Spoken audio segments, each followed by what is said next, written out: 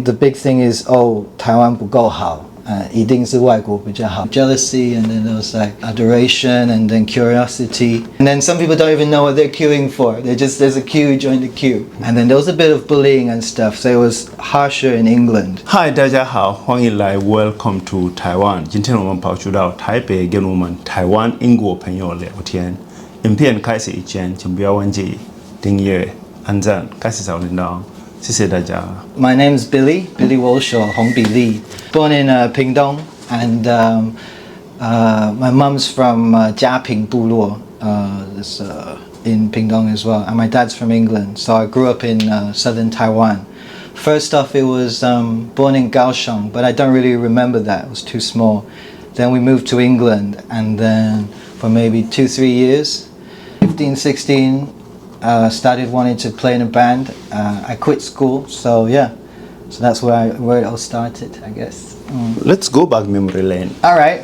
How is it like growing up as a mixed race child in an Asian culture? So where I was from in Taozhou, it was a special thing. It was like you were very unique. Like I remember I was in the public school, Taosheng Guoxiao, and then it was after school when the bell rang, all of the students would come and look at me like, oh, this new kid here. And I guess it was like Shiqi, like everyone was very interested in me.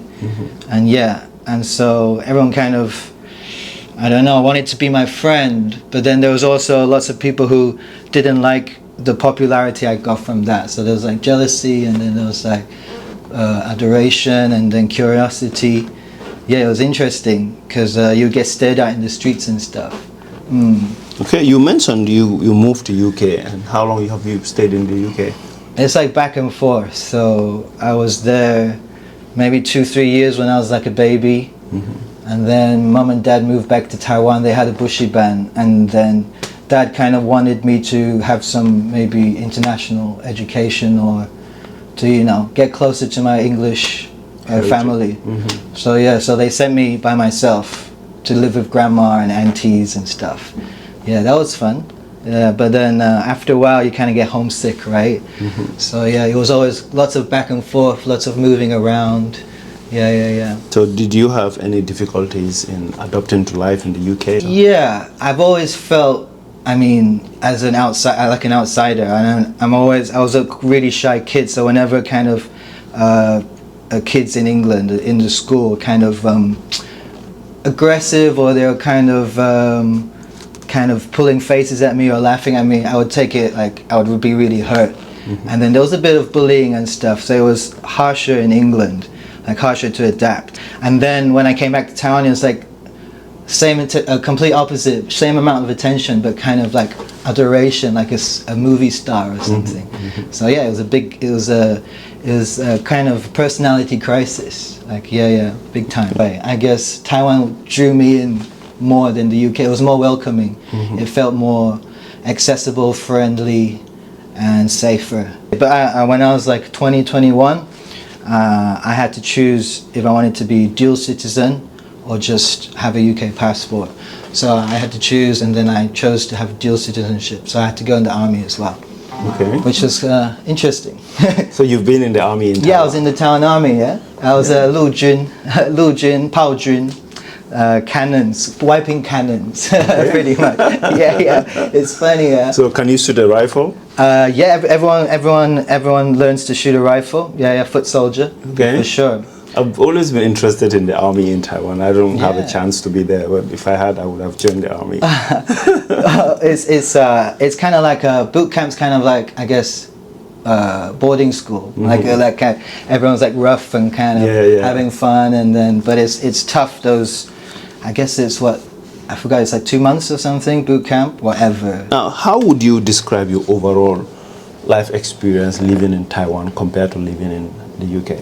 Deciding if I should stay in Taiwan, kind of put my roots here and kind of develop here, or go abroad and then bring stuff back. I think it's easy, and then you know your circles, you know your cliques, and then once you know the right people, you're kind of living like a king, I think, in Taiwan. And then if you want to do like a small business, if you want to like sell some noodles, if you want to do some pizza, if you want to jam on the street, the police or people won't really move you along. Like there's not a lot of bureaucracy like Kafka Nightmare. It's easy to do startups, easy to start things. And for music in Taiwan, I mean, there's been music for what, like since, I mean, like pop music, rock music since maybe the 70s, 80s. And the scenes have always been quite small. I mean, the population of Taiwan is small. And then so the rock scene is small. The punk scene's even smaller. The what scenes, they're all very small scenes. So it's quite, if you're good, you're going to be seen. So opportunities, I think, in Taiwan are much better. I guess in the UK, I guess you just always got to be, I don't know, it's an attitude. I think it's an attitude thing. Like you always got to be kind of ready. If you're too relaxed, I think things sometimes don't get pushed, don't evolve. So yeah, I think that's what I learned from the UK. You got to always be kind of kwaazang. You got to always push. You got to always push against kind of maybe a bit of the authority, push against maybe what your parents say, like not in a bad way, you just got to push against it. Maybe it's more, in Taiwan it's more so being relaxed, or you don't push against authority. So now you play music. So I have an album coming out next year. I'm going to start recording, so it's my first official album. And then in the meantime, I've been doing some jams and gigs at Revolver, Bad Mama. But yeah, at the moment it's just focusing on the album, recording, and then waiting for a tour or release next year. So yeah, I hope people can see that. Okay, and where can somebody find you? Oh, if you type Billy Walshaw or Hong Bi Li, and you can find me on YouTube or Spotify. Also, we have Street Voice in Taiwan. It's like a Taiwan SoundCloud. I put like most of my demos there as well. Okay. Yeah. All right. All his links will be in the description below. Let's go check it out. 我的甜蜜只是一个暗示，我这种类型很了不起，从小到大就被女生注意，那当然我就不客气 ，Everybody， 每个人都想当个混血，把我的黑发染成黄金色。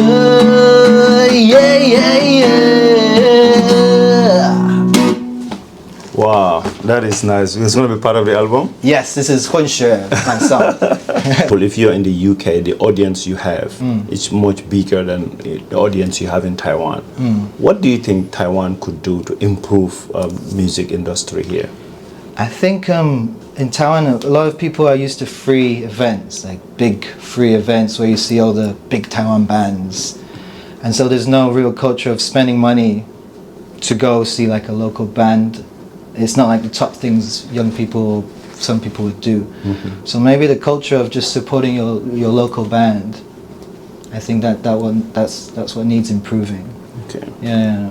And also, I've spoken to some foreign, like, music producers or people who teach music and stuff, and most of them raise this concern that Taiwanese artists kind of want to stick to the tradition. Right. They're not very creative on their own, like think out of the box. Or have you experienced this with the other musicians and colleagues that you've met around? Well, I could only talk about stuff I know. So I think the Aboriginal music in Taiwan is so kind of like sacred. Like you can't really touch the original structure of it. I mean, people don't really try and change it because it's so good anyway. But then, yeah, I think like it's stayed the same for too long. Like it needs to be pushed. So that's a big thing. So I think people need to push more. And if you're successful, I think there's always playing it safe. Like do the same thing again and again. Like, oh, test it works, so we do it again. So I like to think maybe if this is cool, we try this, the next thing, something completely different or left field or kind of takes people by surprise. Always mix it up, I think. Do you have surprises like that coming up? Yeah, I'm going to be doing a K-pop kind of single next. I think, hopefully the next song is always different and it's for the song. Like I'm not stuck in one style all the time. What advice would you give to other mixed race children that are here and struggling to adapt to life in Taiwan? I think about your roots in Taiwan. I think the big thing is, 台湾不够好，一定是外国比较好。Grass is always greener on the other side. But my Taiwan roots are very interesting. Like I have an Aboriginal background. My mom is Taiwanzu, so I've been trying to learn the language and trying to, just grow from having that. Like I didn't feel it was a special thing when I was growing up, and now I'm older. I know that's a really special thing to have. So yeah, I just think Taiwan, has a chance if you stay and then learn from Taiwan. Do you have anything else for your fellow Taiwanese people? 革命我的头 Everybody get a piece of land, 拿一块地 and just try and get a community together. 大家要独立一点，不能靠外面的东西太多，然后大家有一个小 community， 然后大家互相支持。I think this is the way of the future. Yeah. And the queuing, no more queuing for stuff. Everybody is always queuing for this, queuing for that, and then some people don't even know what they're queuing for. There's a queue, join the queue. Enough of queues. Thank you very much for giving us your time, Pleasure. sharing your life experience living in Taiwan. Thank you. And hope you continue to progress here in Taiwan. We keep on keeping on. Yeah. Okay. Yeah. Yeah. Hey baby, baby, put that like and share. Ow! Thank you.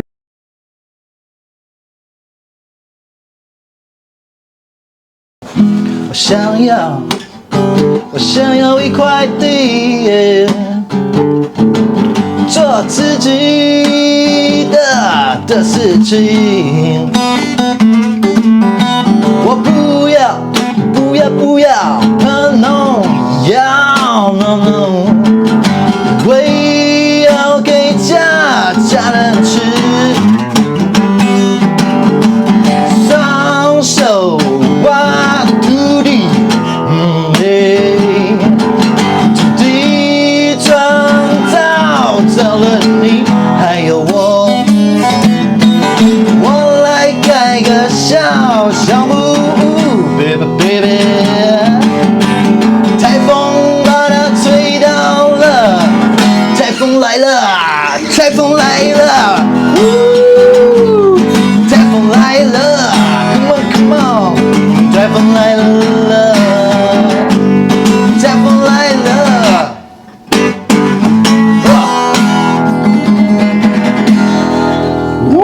一块地 Yeah.